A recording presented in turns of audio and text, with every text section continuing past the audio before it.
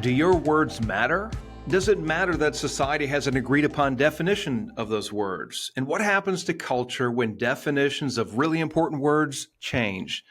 I'm Richard Nelson, your host, and you're tuned in to the Commonwealth Matters. Joining us to talk further and helping us to answer some of these questions is Scott Allen, president of Disciple Nations Alliance, whose vision is to shape nations according to biblical truth so that they might be blessed with freedom, justice, and human flourishing. Scott, welcome to the program. Richard, it's so good to be with you. Thanks for the invitation. Hey, we were just talking a minute ago about us being on each other's program twice in 1 week. I was on your program just a couple days ago. You're on our program. And it really is an honor. I feel kind of like we're going to continue on a really good conversation we had the other day. A little different topic. The other day we were talking about politics and Christianity and a biblical view of government. And today we're going to talk about words. Scott, you just came out with a book called 10 Words to Heal Our Broken World, Restoring the Meaning of Our Most Important Words. And I guess I'll start here is what was it that inspired you to write this book? A couple of things, Richard. It goes way back to when I was a young man coming out of college, and I joined the organization Food for the Hungry and was mentored by a mutual friend of ours, Darrow Miller. And during those early days, he said something in passing that really stuck with me for the rest of my life. He said, if you want to change culture, and as a young Christian, I was all about changing the world, wanted to change the world. You know, if you want to change culture, you begin by changing language. And it was a provocative thing that stuck with me. I think bringing it up to the present, I've been alarmed, especially since COVID, let's say, particularly over the word justice. That word justice has been redefined, usually using the nomenclature social justice, and that has come right into the church. But as I looked at what people meant by that understanding of justice carefully, especially the people that proudly wore that label, I realized that this wasn't at all the same thing that we understood justice to be in the scriptures, the true definition of justice, if you will. So I was very alarmed that so many, not just everyday Christians, but leaders of our Christian churches and Christian ministries in the United States were going along with this redefinition. And, again, words matter, ideas matter. If you have a false or a counterfeit understanding of a word that's as important as justice, it leads to all sorts of really catastrophic consequences for Christians and for the society overall. So, yeah, I could go on and on. Every one of these 10 words that I look at, I had a similar experience with, where I saw how the word was being redefined in the culture and instituted, if you will, through our systems of education, other institutions, institutionalized, and then very often coming right into the church as well. So I thought I should write a book on it. No, that's great. And I'm glad that you did write a book. I think going back a few years before the COVID shutdown in 2020, there was a watershed year, and that was 2016. That's when the Oxford Dictionary said that the word of the year was post-truth. Now, that had to do with the number of searches online and the interest that people had in that term, and also how it was being used. So post-truth for our listening audience is defined as relating to or denoting circumstances in which objective facts are less influential in shaping public opinion than appeals to emotion and personal belief. In other words, Scott, somebody's strong emotion and deeply held personal beliefs can trump objective facts. And this was a watershed moment, I think, in our society where post-truth was the word of the year. Really, it was widely embraced, and it was probably embraced a few years before then. If you go back to just a couple years before then, this is when Bruce Jenner came out as transgender, changed his name as Caitlyn, and identified as a woman. and then the definition changed. So you had a celebrity and you had somebody lifted up as being true to themselves, if you will. And this whole idea of post-truth just really kind of came on the scene. And here we are, where we're dealing with not just gender and sexuality, but you mentioned justice, truth, and I think that's a good place to start. Let's talk about truth. This is one of the 10 words that you discuss in your book, and the Bible has a lot to say about truth, doesn't it? Yes, it does. Yeah. So for the Christian, let's just I say for the Christian, but how about for all of us? What is truth? Right? What is truth? That's what Pilate said to Jesus. What is truth? Well, I just want to underscore your final point there because it's really important. There are true, I just think a little bit about words. There are true definitions of words. So before we even talk about the word truth, we have to understand that there are true definitions. Why is that? Because there is a God who created this world. He exists, whether you believe in him or not. He exists, and he created this world, and he spoke. He spoke using language, using words. He inscribed the Ten Commandments, just as one example, with his own finger. And all of Scripture is God breathed. It's God's revelation of himself and reality to us. And in his word, he defines words, and those words like truth and justice and marriage and sex and these other words that I deal with and many others, these are not just true definitions for Christians. This is your point. These are true definitions for everyone, Christian and non-Christian alike. So that's just a really important, because I hear a lot of Christians, they take a kind of a subjective view of their own faith. This is what I believe. This is true for me. Well, this is what I believe about these words as well. This is what I think the true definition is. No, there is a true definition, regardless of what you believe about it.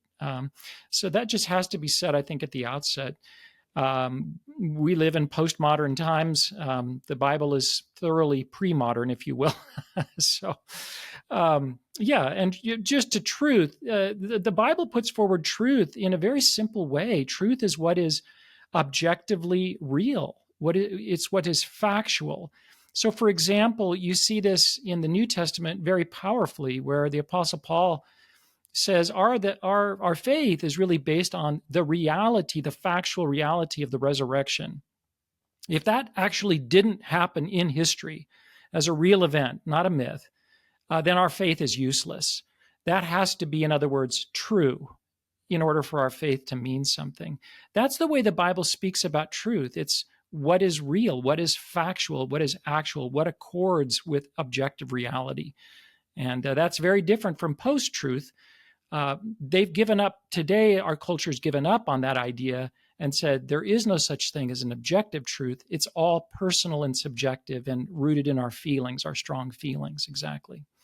Of course, Scott, on the other side, people would say, well, that's fine and well that Scott Allen and Richard Nelson believe these things, but don't impose your truth on me, or don't impose your definitions on me.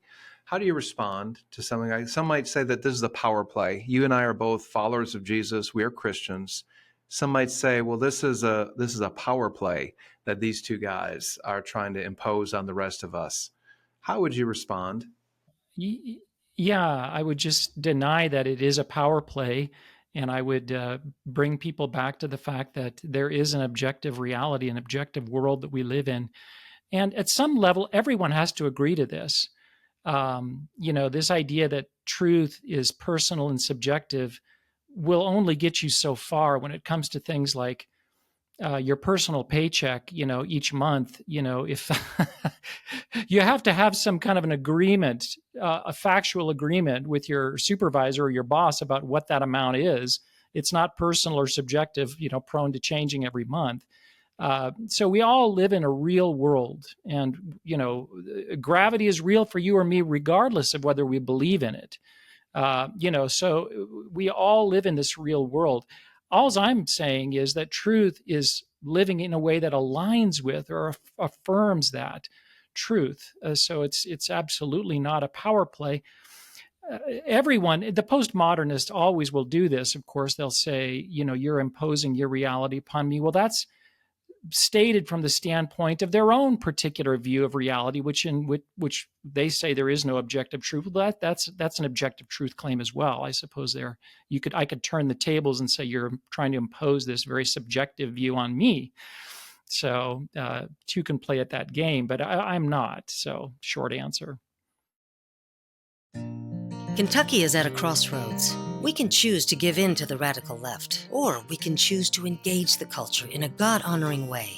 I started the Commonwealth Policy Center because I believe that Christians have a responsibility to influence government and society to the glory of God. While the Commonwealth Policy Center's made a significant impact, our work isn't finished. If you'd like to join our movement working for timeless values, then head to our website. To learn more, go to commonwealthpolicycenter.org. So I want to pick up where you're talking about the transgender movement.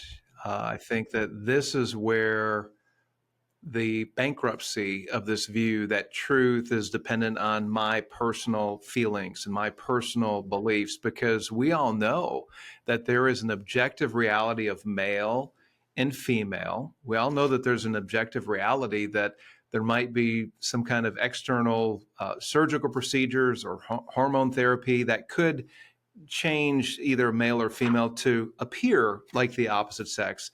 But the reality is that there's male and female. And when it comes to disfiguring a person's body or mutilating perfectly healthy body parts, or when children are brought into the fray, that's when people, non-believers, Scott, say, well, hold the show. There's something wrong here.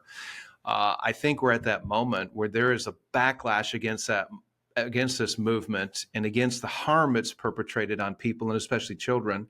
And here's where I want to go with this. Don't you see an opportunity for the church to step in and say, hey, this is tragic. This is sad that people have suffered, but let's talk about our Creator and what it means to be made in the image of God and what it means to be male and female and how that looks. Let's talk about flourishing in society. Is this not an opportunity for the church to step in and engage well? Absolutely.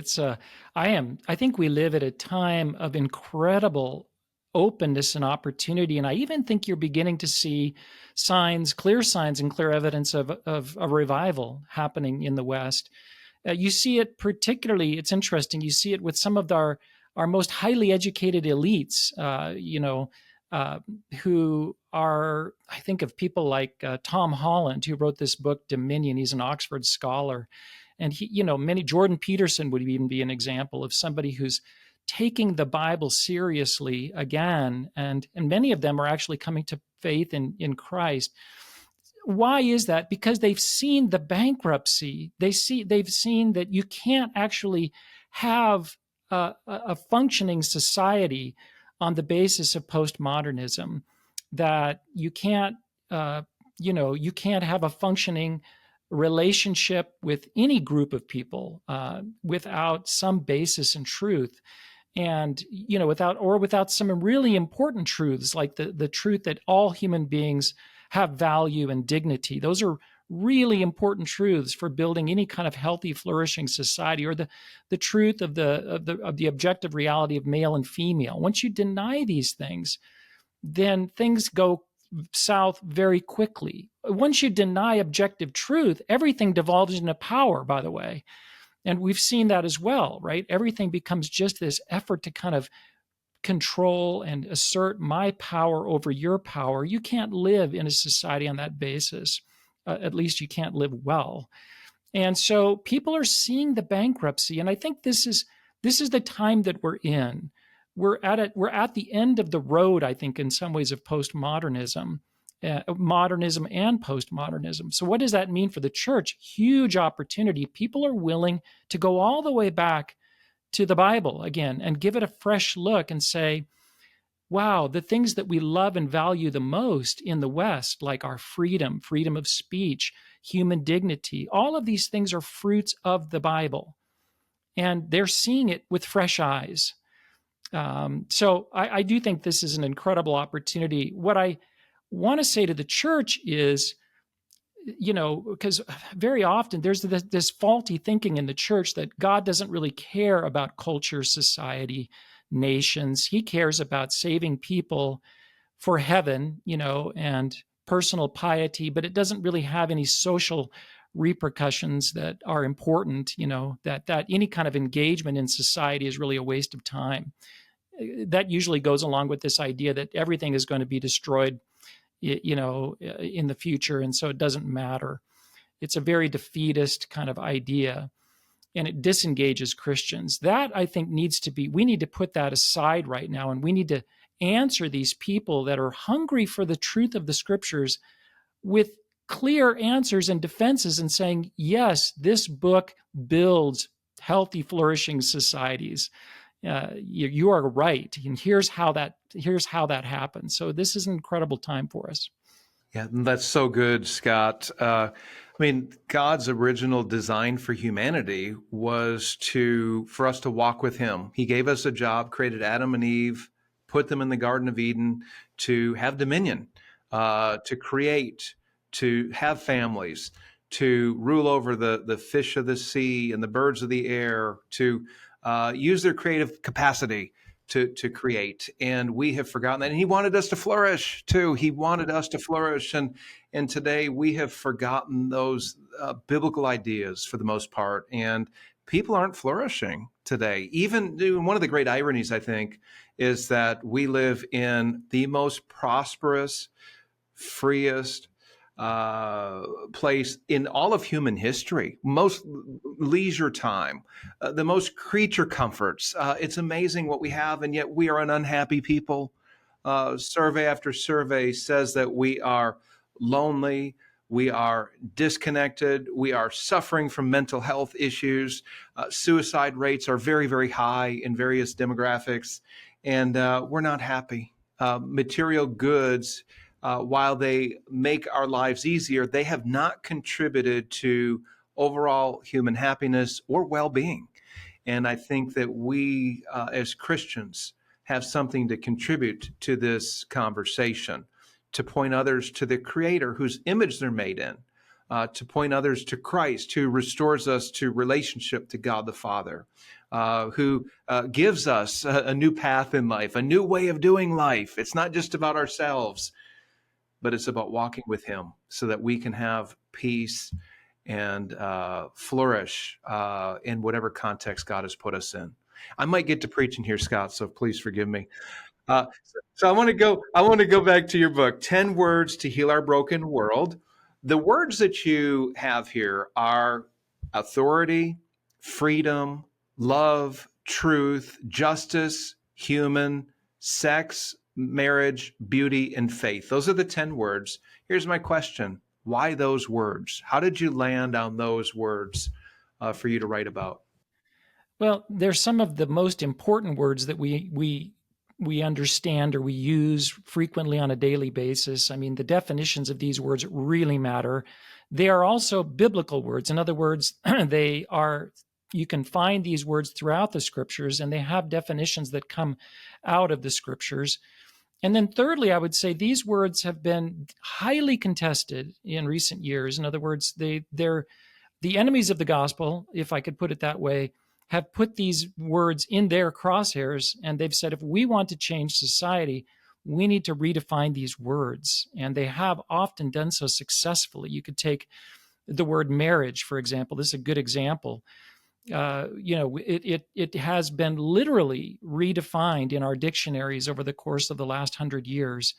For example, if you go back, one of the resources I used in writing this book was the great founding father of America, Noah Webster, his 1828 Dictionary of the American Language. He wrote that as a Christian with the understanding that a free people, as we are in the United States, would only remain free, and he was right in this conviction, if we built our society on biblical definitions.